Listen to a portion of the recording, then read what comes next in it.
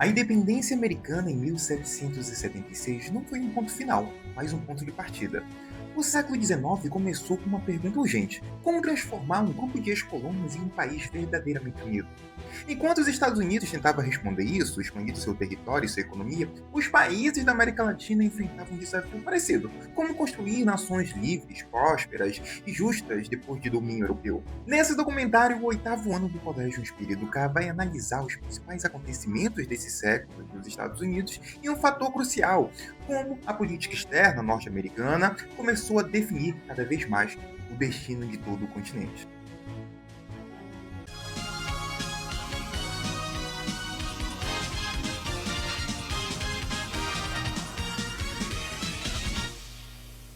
Boa tarde, estamos falando aqui do Jornal da América, edição do século XIX. Vou passar a palavra para o jornalista Raul.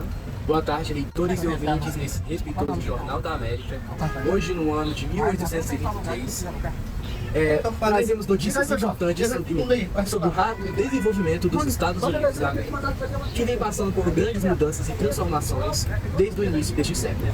Exatamente. Com a Europa ainda se recuperando das turbulentas guerras napoleônicas, os Estados Unidos ampliaram o cultivo nas plantações do sul, onde lamentavelmente ainda é utilizado o trabalho escravo, algo triste na nossa sociedade. Ok, continua sendo amplamente utilizado. O algodão cada vez mais valorizado impulsiona a economia das fazendas florestas.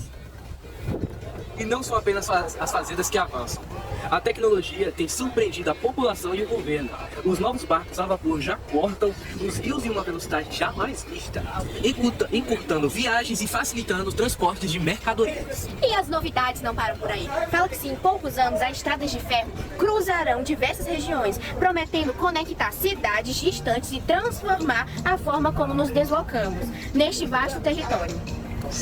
No campo diplomático, cresce a população de potências europeias que tentam recuperar suas antigas colônias no continente americano, depois do fim da era napoleônica. Para responder esta ameaça, o presidente James Monroe acaba de anunciar uma diretriz, a doutrina Monroe, declarando a América é para os americanos. Com isso, os Estados Unidos deixam claro que não permitirão interferências europeias em nosso continente. Especialistas afirmam que essa doutrina pode marcar o início de uma nova era, na qual os Estados Unidos assumirão um papel de maior influência sobre as nações americanas. Algumas curiosidades que circulam pelas ruas das cidades. O barco a vapor virou atração. Muitos viajam apenas para experimentar essa grande novidade. Fala-se também que o território do país pode se expandir ainda mais nas próximas décadas. E quem acredita que, com tanto crescimento, os Estados Unidos se tornará uma grande potência mundial? Quem acredita? Eu acredito. Também acredito. Essas foram as principais notícias dessa edição. Agora vamos lá imaginar uma ideia tão forte que justificasse tomar terras, cruzar montanhas, redesenhar mapas, exterminar populações. Essa ideia existiu e se chamou Destino Manifesto. Na visão de muitos norte-americanos, eles estavam predestinados a dominar o continente. Mas o que isso significava para os povos que ali viviam há séculos? A Andressa vai nos ajudar a refletir um pouco mais sobre esse impacto. O Destino Manifesto foi a teoria que fundamentou pretensões territoriais além da doutrina Monroe. Bom, com base num preconceito religioso, o Destino Manifesto defendia em que o povo estadunidense eram enviados ou escolhidos de Deus, assim tendo uma classe superior aos outros povos. A missão deles seria levar adiante esse processo e concepção da sociedade apoiada na liberdade e na democracia. Um jornalista chamado John Olivan postou em 1845 na Democratic Review um artigo falando que era dos estadunidenses o Destino Manifesto. Cada nova linha traçada no mapa, cada novo estado adicionado à bandeira, teve um custo. A expansão territorial americana não foi um fenômeno natural, foi um projeto político deliberado. Ele redefiniu fronteiras, deslocou nações inteiras e reescreveu o destino de um continente. Como os Estados Unidos conquistaram seu destino de costa a costa? Quais foram os passos concretos dessa marcha para o oeste? A Safira vai nos ajudar a entender um pouco mais sobre isso e nos guiar sobre esse capítulo decisivo do século XIX. Primeiramente, a expansão ocorreu em direção sul, compra da Louisiana por volta de 1803, que até então era da França, por 11,5 milhões de dólares. Os Estados Unidos também adquiriram a Flórida, comprando-a da Espanha, por 5 milhões de dólares. E, em outros momentos, novas terras foram conquistadas por meio de guerras, como aconteceu com o México. O conflito foi provocado pela anexação do Texas, realizada pelos norte-americanos em 1845, e resultou na tomada de grande parte do território mexicano durante a guerra entre 1846 e 1848. Quando a expansão avançou para o oeste, a produção agrícola aumentou bastante, e assim como a quantidade de fábricas. A construção de milhares de quilômetros de ferrovias permitiu que pessoas e mercadorias se deslocassem com muito mais rapidez. No século XIX, os Estados Unidos já haviam se transformado em uma potência em crescimento. Esse processo ocorreu às custas das populações indígenas nativas. Para os colonos, esses povos eram vistos como obstáculos para o avanço da civilização e o desenvolvimento do país. O Destino Manifesto tinha um preço. Ele não era pago em dólares, mas em terras sagradas, culturas ameaçadas e vidas perdidas. A expansão territorial dos Estados Unidos não foi um avanço sobre terras vazias, foi um choque frontal com centenas de nações indígenas. Quais foram as estratégias de dominação? E que legado esse conflito deixou? Michael e Jones vão analisar esse contexto crucial. Assim como em outros pontos do território americano, os europeus depararam-se com diversos grupos nativos quando chegaram ao atual território estadunidense, como os Cherokees, os Iroqueses, os Comanches e os Apaches. Nos Estados Unidos, o processo de miscigenação dos europeus com os povos locais aconteceu em escala muito menor que no Brasil, nas 13 colônias inglesas. O estabelecimento de colonos com suas famílias visava fixar residência permanente, o que contribuiu para o distanciamento entre eles e os nativos.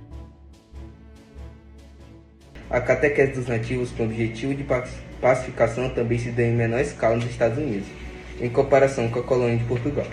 Dessa maneira, nos Estados Unidos, os nativos eram tolerados, quando não massacrados. Esses grupos resistiram como puderam, muitas vezes fugindo para o interior.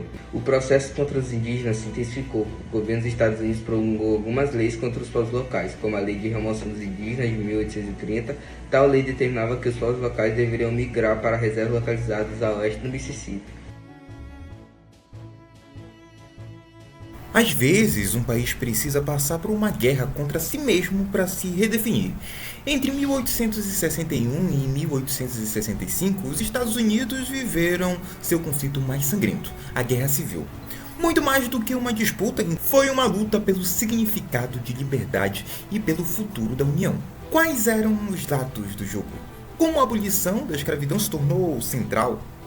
Giovanna e Alexandre vão nos guiar por esse divisor de águas da história americana. Um pouco hoje sobre a Guerra da Secessão, que acabou ocorrendo nos anos de 1861 a 1865.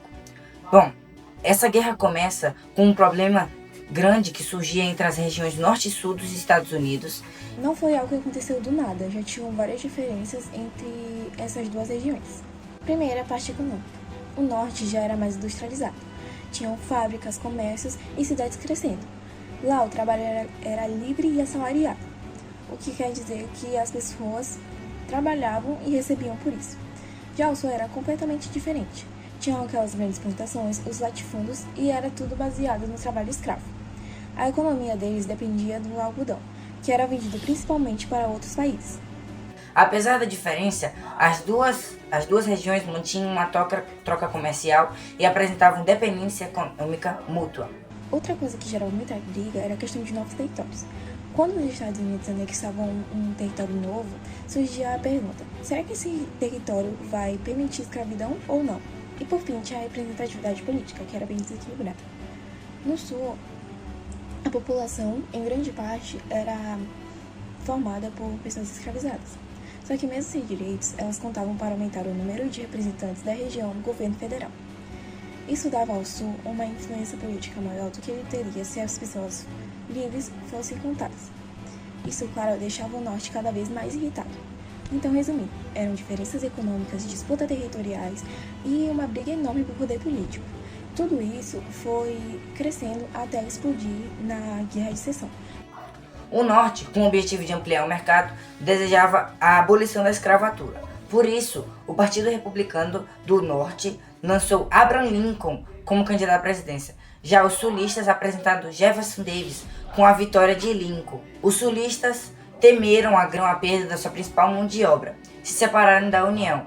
Mas já como Abraham Lincoln era o novo presidente, Abraham Lincoln fez o seguinte: ele declarou que não aceitava a União se dividisse em dois, iniciando a Guerra da Secessão, até que, em 1862, Lincoln determinou um bloqueio marítimo para os povos da região sul, para que não recebessem qualquer ajuda vinda da Europa.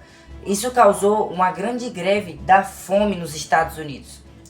Já o Norte apresentava uma superioridade em relação ao Sul em armas e soldados. Os conflitos acabaram enfraquecendo os sulistas, que causaram mais de 600 mil mortes, acabando com toda a economia e trabalho do Sul. Os escravos foram massacrados também e obrigados a participar da guerra. Após a guerra, o processo de desenvolvimento econômico e industrial intensificou-se, com o fim da escravidão formado por meio da 13ª Constituição em 1865. Esse período pós-guerra civil foi nomeado em reconstrução. Após esse período de reconstrução, a gente teve o assassinato de Abraham Lincoln, assassinado por John Wilkes. Conquistar a independência é uma coisa, construir uma nação estável é outra. No século XIX, enquanto os Estados Unidos da América se uniu após uma guerra civil, a América Latina tentava superar divisões internas e dependências externas, o que explica caminhos tão diferentes. Cauã reflete sobre as lutas que vão transformar, modificar e dar a liberdade latino-americana. No século XIX, os países latino-americanos enfrentaram o difícil processo de se organizarem em estados e constituírem nações. Todos os países escolheram um governo republicano, com exceção do México e do Brasil. O início da independência foi marcado por disputas políticas e guerras civis para a maioria dos países. Elas foram causadas pela manutenção da estrutura social colonial. Os desfavorecidos, negros, indígenas e camponeses, desejavam participação política e a melhora na qualidade de vida. Os liberais defendiam a liberdade individual, o Estado laico, livre comércio, o governo constitucional e a modernização da sociedade. Os conservadores defendiam a tradição, o poder centralizado, a influência da igreja, a manutenção da ordem social e menos a abertura econômica. No México do século XIX, a Igreja Católica era um poder dentro do poder. Ela era dona de terras, de influências políticas e de privilégios que duravam séculos. Mas a partir de 1854, os liberais vão assumir o controle e iniciar um projeto ambicioso: secularizar o Estado. Ele vai tentar afastar a Igreja, o domínio da Igreja, do Estado. Vai também tentar redistribuir as terras e inserir o país no capitalismo. Sob o longo governo de Porfírio Dias, esse projeto se acelerou, gerando crescimento econômico, mas também exclusão social. Jones vai analisar um pouco mais esse período que foi decisivo. No México, a Igreja Católica exercia grande poder e influência, além de ter extensas propriedades rurais e agrícolas. Até 1854, os conservadores mantiveram-se no poder, em grande parte pelo domínio de Antônio Lopes de Santa Anna. A partir de então, lideranças liberais assumiram o poder e promoveram reformas e mudanças, entre elas o fim dos direitos e dos privilégios da Igreja. Outra mudança importante foi a repartição das terras indígenas, que passavam a ser comercializadas como propriedade privada. O objetivo era inserir os indígenas no mercado capitalista. Em 1876, Porfírio Dias tornou-se presidente do país, função que exerceu com breves intervalos até 1910, quando ele se deu à Revolução Mexicana. Com Porfírio, as reformas liberais se aprofundaram no país. Ele investiu na industrialização mexicana e na cessação de campesinato na vida proletária. O Destino Manifesto e a doutrina Monroe não foram apenas ideias para justificar a expansão dentro dos Estados Unidos, mas elas se transformaram, ao longo do século XIX, em ferramentas de intervenção. Sob o argumento de proteger o continente, os Estados Unidos passaram a intervir politicamente, militarmente e economicamente em diversos países da América. Dois casos são emblemáticos e que mostram como isso aconteceu. O primeiro exemplo que eu trago para vocês é o exemplo de Cuba. Os Estados Unidos entraram na Guerra Hispano-Americana de 1898 e, após derrotar a Espanha, impuseram uma emenda chamada Glatt. Esse documento dava aos Estados Unidos o direito de intervir legalmente nos assuntos internos de Cuba, sempre que julgasse necessário. Então ele mesmo que ia decidir se ele podia intervir na política, na economia e até mesmo na justiça cubana. Então aí era uma independência, mas bem amarrada aos Estados Unidos. E até hoje Cuba sofre as consequências desse processo. Outro caso é o Panamá. O interesse aí era geopolítico e comercial, o famoso Canal de Panamá. Extremamente importante porque vai abreviar o caminho entre o Oceano Pacífico e o Oceano Atlântico. Então, após apoiar a separação de Panamá da Colômbia, isso aconteceu em 1903, da construção e da administração da via que vai ligar o Pacífico ao Atlântico, garantindo aí um domínio estratégico sobre a passagem entre os oceanos. E essas ações não foram isoladas. Elas inauguraram uma tradição de intervenção que se estendeu pelo século XX, afetando economias, culturas e a própria ideia de soberania na América Latina. O século XIX acabou, mas suas perguntas ainda ecoam. Afinal, o que significa ser uma nação livre? Até onde vai o direito de um país intervir no outro? Como equilibrar o progresso e a justiça? As tensões que acompanham a formação dos Estados Unidos da América e dos países da América Latina não desapareceram. Elas apenas se transformaram. E ainda hoje influenciam a política, a economia e as identidades. E é claro, esse documentário não é um ponto final, a história está em constante desenvolvimento. Mas essa produção é um convite para continuar observando, questionando e conectando os tempos. Porque entender o passado é uma forma de navegar no próprio presente e, quem sabe, ajudar a escrever páginas novas do futuro. E um futuro muito mais consciente. Então, obrigado por embarcar nessa viagem histórica conosco. Eu, professor de História Thiago Rosário, e os meus queridos alunos do 8º ano do Inspire Educar de 2025. Até mais!